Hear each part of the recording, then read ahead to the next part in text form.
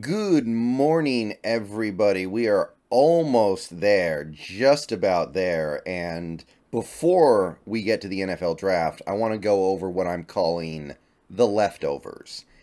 These are basically, we're going to take a look at some players today, and basically they are guys that the Seahawks had in for a top 30 visit that I didn't evaluate in my initial prospect analysis for one reason or another. These first few guys that we're going to look at, I didn't look at because they were offensive linemen, and I felt like they were either going to be awkward fits or didn't really make sense, or whatever. I just personally didn't feel like it made any sense to really look at them, but clearly we are. So let's try to figure out why, and let's try to figure out how it works, and let's try to figure out what this team might be thinking here with these particular players. So these first few guys are going to be all offensive linemen. They are all guys that are expected to get drafted with room to spare, I believe. They are all guys that are expected to be quality, or at the very least, belong in the pros. Let me put it that way. So, with that being said, let's dive in, and we're going to start with the big ticket item here. This is the one guy that we had in for a top 30 visit who genuinely is expected to be a star in this league and may even go in the first round. Now, I don't know how that fits in with our plans, but let's try to figure it out. It's Dawand Jones of Ohio State. Guy is 22 years old, 6'8", 374 pounds. He's a beast of a man. He's the best right tackle in this draft. There's no doubt about it. 36 and 3/8 inch arms. I mean, wow. Wow. That is as long as it gets, pretty much. That is Guinness Book of World Records type stuff almost. 11 and 5/8 inch hands. The dude is a physical specimen unlike we almost ever get to see. Now, he moves like a man who weighs 375 pounds. 5'3", 540, 1'9", 210-yard split. Not anything unexpected, not anything that's going to kill him, but he can't move. And nevertheless, most of the big boards have him in the second. A couple have him in the first. The aggregate has him on the outskirts of the top 40. So, Dawand Jones, going to be a very high pick in this draft. Should be gone by the end of round 2 easily. Graded out really well from PFF last year. 82 overall, 85 run, 78 pass. Really good in zone, which is notable because of the stuff I'm about to talk about here. Only allowed 5 hurries, 0 sacks, 0 hits on C.J. Stroud. The dude, look, I can say a lot of positive things about this guy. He's massive in every way that counts on the football field. He's a dominant run blocker, like beyond dominant. He can redefine the line of scrimmage with his strength, blows defenders back all the time. The way he plays, he's got that mean streak. He's tenacious, he's aggressive. And his arms are so long, good luck getting around him. His hands, if he latches onto you, you're done. You're not getting free of that. Like, those gigantic pliers he has for hands, you're not getting free of that. He does not let go. His footwork is also really good. So, yeah, this guy's a great prospect. I can't take anything away from him as a right tackle. But here's the thing. So, we have a right tackle. Abe Lucas. We drafted him last year, and he was great. He's probably going to get a lot better this year, too. We have one of the most exciting young right tackle prospects in the league. So, there are 2 possibilities here. 2 possibilities the way I see it. One, we're going to draft Dawand Jones, put him at right tackle, move Abe Lucas to right guard. I don't really see that one. Why mess with it? Abe Lucas didn't play right guard in college football. We don't have proof that he'll be great at right guard. Why mess with it? Why mess with a good thing? So, personally, I look at this and I go, yeah, it might work, but why would you mess with a good thing? Right guard isn't even the most valuable position. It's actually one of the least important positions on the field. So, why are we going to move a guy to a position he may or may not be good at and then invest a really high pick in a guy who will only have value if that move works?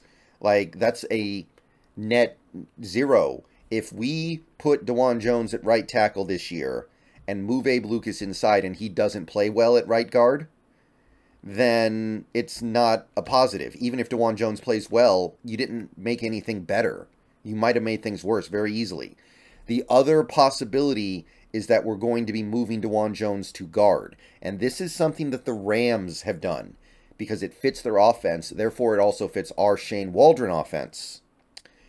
They like to move tackles inside to play guard because the tackles can move better, they have more agility, and they can block on the move. And that fits their offensive styling very well. So we might be looking at tackles to move to guard, and I think that is far more likely. However, Dawand Jones can't move either way. You look at him as a tackle or a guard, he's a slug. Like 6'8", 374 pounds, runs a 5'3", 540. So I'm trying to figure this out here. He can't move.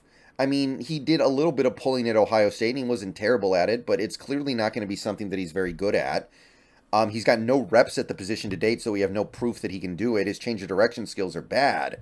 Like, I don't understand what the point is here of getting Dawand Jones.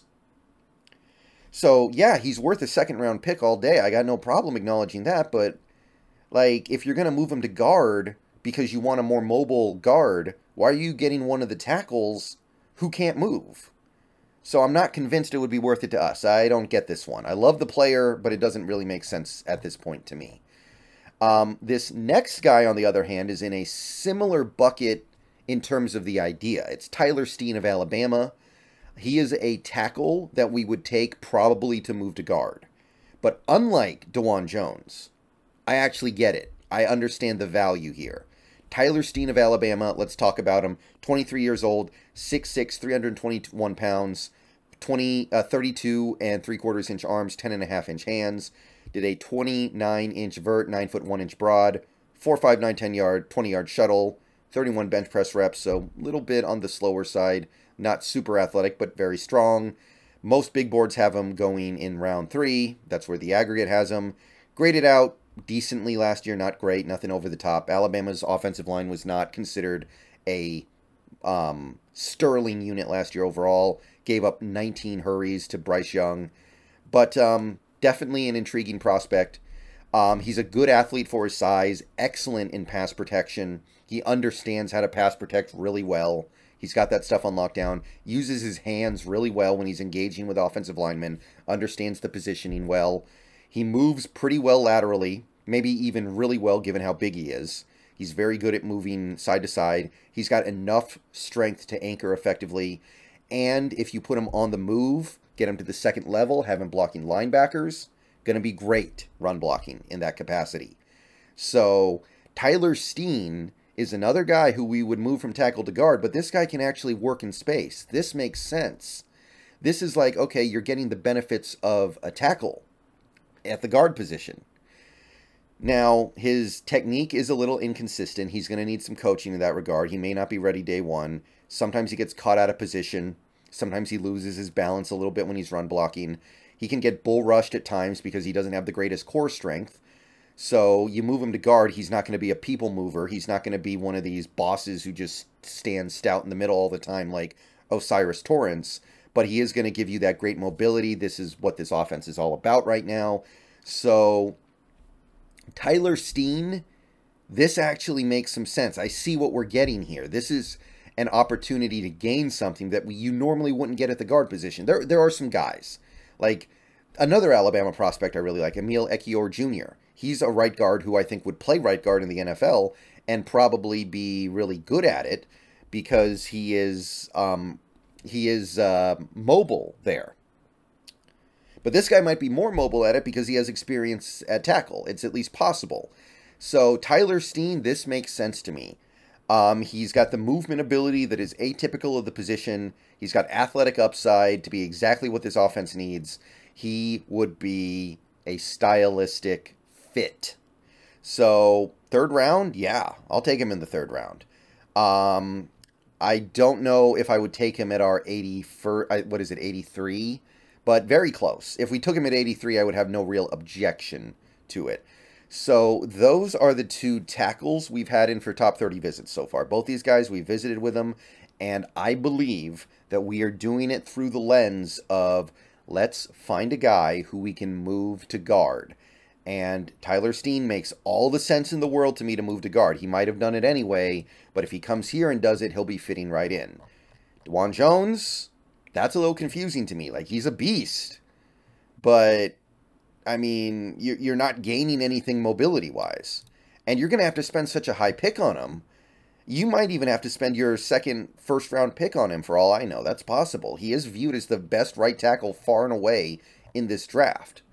So that one confuses me a little bit. And if anybody has any better ideas out there, like maybe we're going to move him to, I don't know, we're going to move him to defensive tackle or something, go ahead and shout it out. But the Tyler Steen thing, yeah, sign me up for that. I do believe that this Seahawks team is planning to move on from a guy like a Damian Lewis next year. Move on from these less mobile offensive linemen. Try to get some guys in here who fit the offense.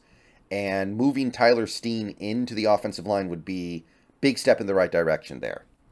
All right, another video coming later today about some other offensive linemen we kicked the tires on. See you guys then. Go Hawks. And let me know what you all think.